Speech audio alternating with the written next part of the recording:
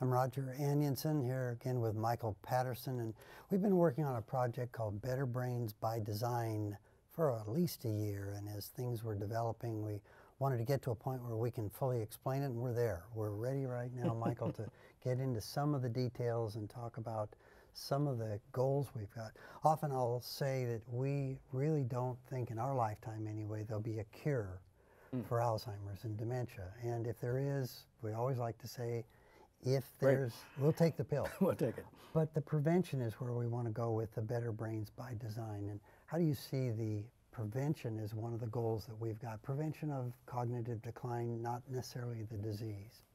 Well, I mean, you've alluded to it already. It's much easier to prevent some of this stuff from happening than it is to go and try to reverse damage that has already occurred.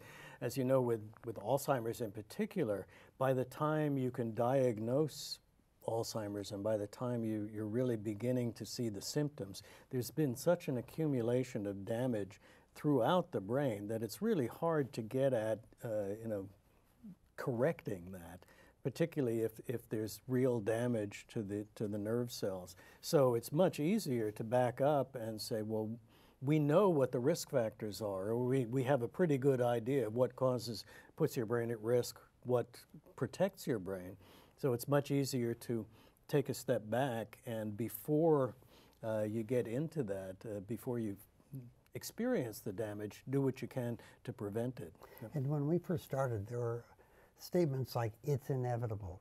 And I remember the phrase that caught my attention was, if you live long enough, you will get Alzheimer's. And that's all been put to the side as a myth, but there are an acceleration of risks that are associated with aging.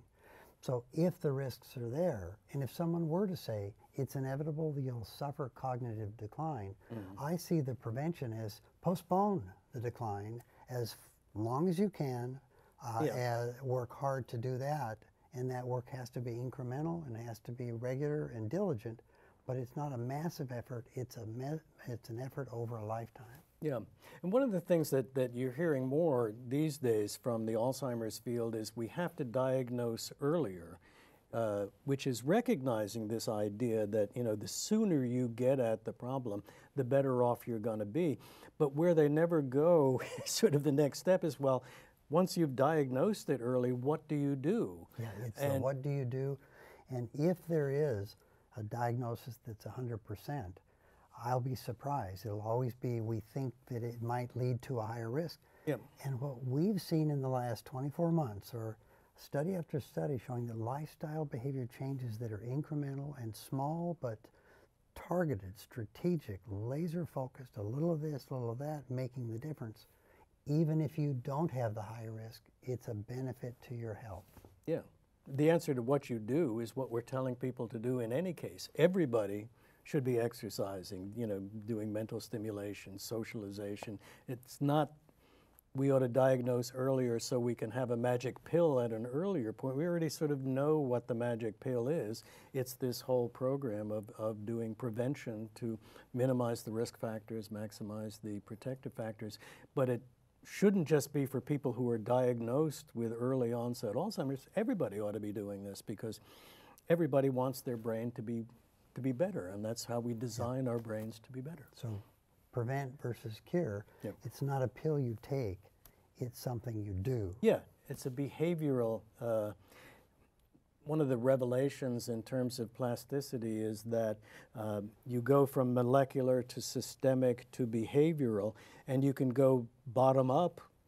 What happens on the molecular level and the cellular level eventually percolates up and changes your behavior, but it works the other way down too, from top down.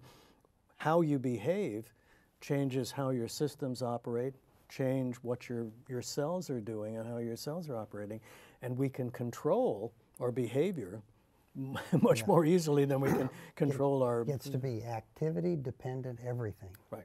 All right. Thank you.